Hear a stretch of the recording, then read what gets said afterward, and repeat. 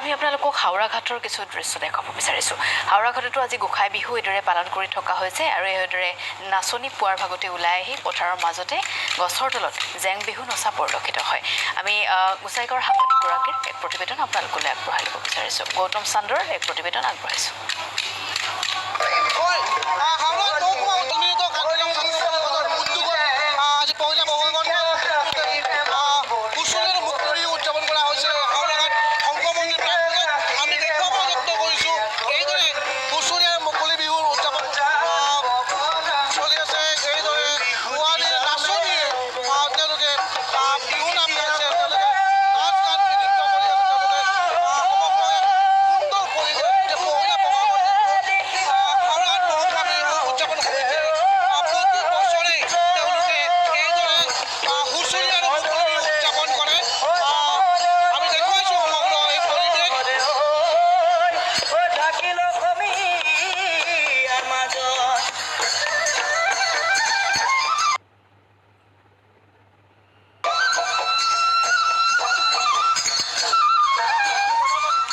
ৰাজ্যৰ প্ৰতিটো প্ৰান্ততে এতিয়া বিহুৰ এই পৰিৱেশ দেখিবলৈ পোৱা গৈছে।